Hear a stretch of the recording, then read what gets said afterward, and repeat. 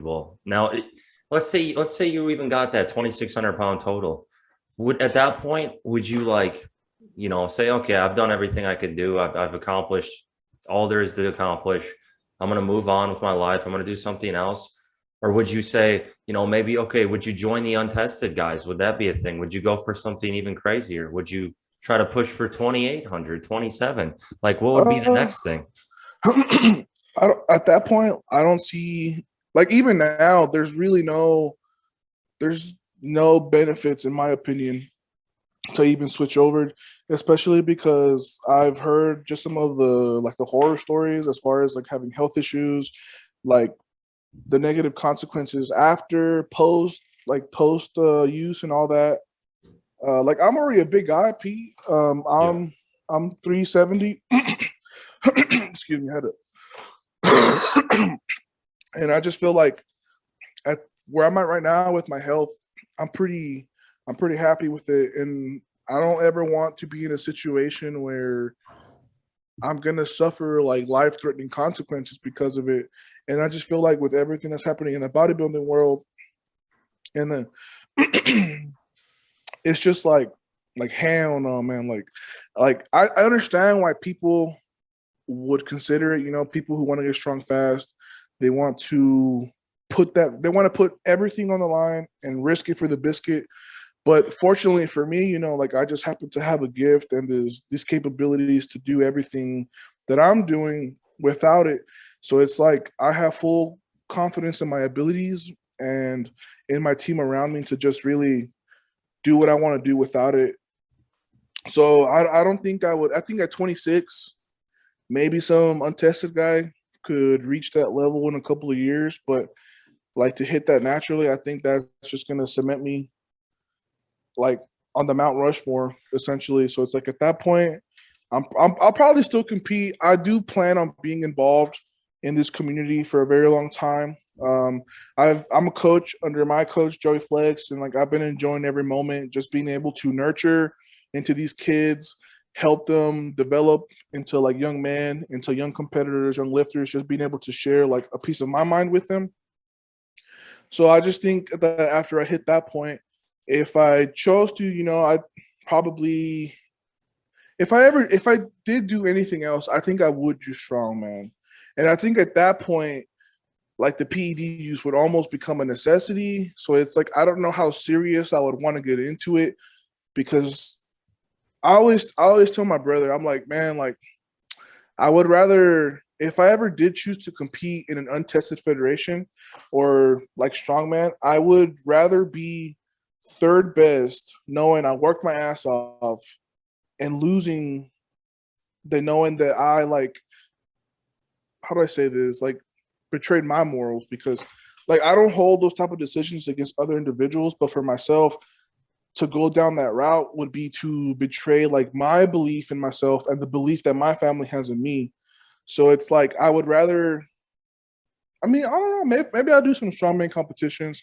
I've always had a lot of respect for what those guys do. I know they get shitted on quite a bit just because of like they wear strap suits. But at the end of the day, man, like those guys, like they got to have that dog in them to do what they do, and it's not easy. Like they got to put some respect on what those guys do. That's actually a good question.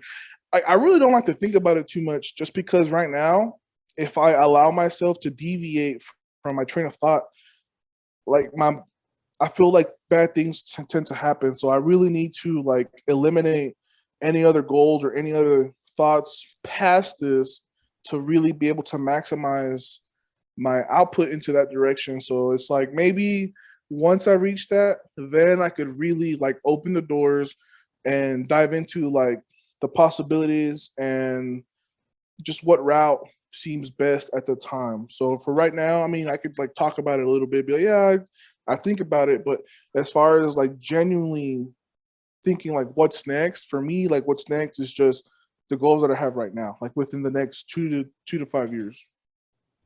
Yeah, I get that. I think that makes perfect sense. You almost, when you're at that level you're at right now, you have to have a sense of tunnel vision to focus on the goal ahead. So the goal in 3 weeks or 3, 4 weeks, whatever it is, you have to focus on that before you focus on the next one. Because if you start looking ahead too much, you get caught up in it, it detracts from your performance. And I do think, you're very young. That's one of the things. You're 23. And I think personally, you would crush it at like strongman, like world's strongest man. I think you could get into that and you could for sure have a shot at winning it.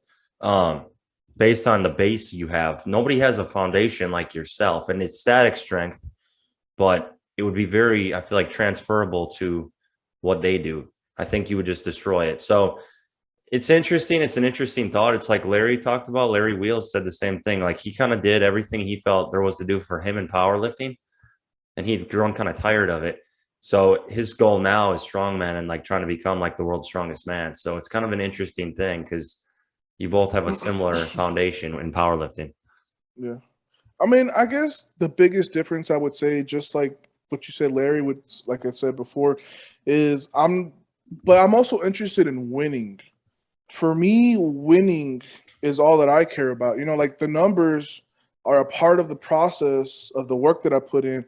But as far as like building a legacy, wins, championships, records, they all have equal claim in legacy. So it's like people can just get away with doing local meets their entire life. But like, how many tough wins do they have on their belt? Like, did they go head to head with whoever was number one in their weight class? Like, was there ever any recorded meets results from that outcome? So it's like, I'm really big on like competition. Like, this isn't for me just, oh man, like I want to be the greatest of all time. Like, I'm also seeking the greatest competitors at the moment. So for me, that's why like it gets really, a lot of people, I feel like a lot of people don't really understand me because they're like, man, like this guy can compete with these guys, but he doesn't. So it's like that's when like a bunch of other things come in, like with sponsorships, and like down the Sheffield. Because I don't know if you've noticed, but there's going to be a pioneer meet here in April. It's going to be like 3 weeks after Sheffield. So like there would be no point in me even doing that meet just because I know I'd be spent. I'd probably be back from the UK for like maybe a week and a half at the time. Excuse me, but I just know like people like Dan are going to be in that meet. A bunch of like the other top 10 supers of all time, like they're going to be at that meet. So it's like that meet for me is super, super, super enticing. And when I first saw it, like my blood started to boil just because it sounded like such a good competition. But I can't do it because it's 3 weeks after I compete in Sheffield.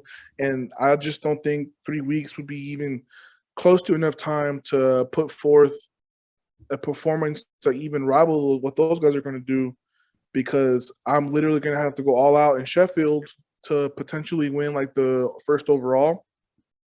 So it's just like it's just a lot of things going in my head, Pete. And it's like, I just try to keep them as quiet as possible so I can just like you said, like tunnel vision. But I do think for sure like championships matter. I think tough meets matter. I guess like for you guys, it would have been like the Kern or I can't think of any other like big meets, but just like meets of that caliber where everybody from the top 10, top 15, anybody who goes 9 for 9, they're winning. Like that type of event where it's like close and you can't afford to miss anything when everything's on the line, like that is also something that I'm in, like that I look for in what I do. And I know that probably gets some blowback just because like right now in the IPF, there's not really any other supers outside of Ray who could, I guess, offer me that opportunity of competition. But damn. All right, man, let's move forward because it gets me, when we start talking about this, it gets me going. No, I like hearing about it. That's what I mean. This is your platform. I want to hear you, what your vision is, what you think. And, I feel like, so is Ray Williams, he's your biggest competition. Have you like talked to him and Dan Bell a lot? Because these guys are kind of the people you're associated with as far as being on that same kind of level. Have you talked to them much? I've talked to Ray a couple times.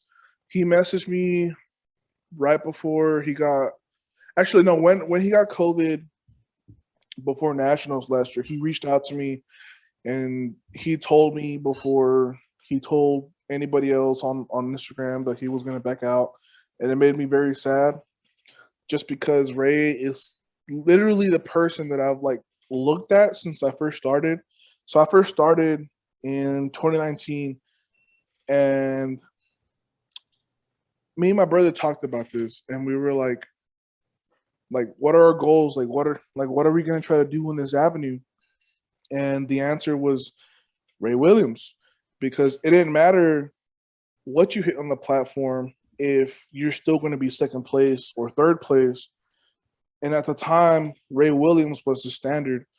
So it was never really a matter of, oh, I want to hit these numbers. It was a matter of, okay, what do I need to do to put myself in a position where I'll actually be able to compete? Obviously, 1,080 squad, like that's a ways from now. So it's like, okay, his bench can be we can work against that. Deadlift, okay, we can match that, maybe try to surpass it. So it was just kind of a conversation of what could I do to be well rounded to put myself in a competitive position. So that was just like that was always been my thing from the beginning. Is just like, okay, like what do I need to do to put myself to be competitive? So like whenever he reached out to me and we were finally gonna have our matchup, and he told me that he got COVID, it was really sad. I really felt for him and his family, just because you can't be a 5-time world champ. Like you can't risk your health under 1,080-pound squat and not care about being a competitor. So I knew that he was hurting. But then most recently, we were supposed to have our matchup at PA Nationals for the super heavyweight world spot, and then he hurt his hip like 4 weeks out, and like that was something else that was just super disappointing. Just because like I've literally been working to compete against this man for such a long time. Like it was literally the only person that I wanted to compete against was Ray Williams. That's it. Like when I came into the sport, I really didn't know a lot of individuals, and it was just Ray Williams. So to have this happen 2 times, it is really unfortunate. But I do know that he's going to come back. A lot of people have him out just because I'm here, but I cannot disrespect him like that. Like I cannot, in good consciousness, say or think that Ray Williams is out for good. I can't. It might take him a little while, but I have no doubt that he's gonna come back one day and just really slap a lot of people in the mouth, because they've been talking bad about him. And it's like I have a lot of respect for him. I think he's coming to San Antonio in a couple of weeks, so I actually might get the chance to hopefully maybe eat dinner with him and his family. Like I think that would be really cool. Like that's something that I'm really big on, is like breaking bread.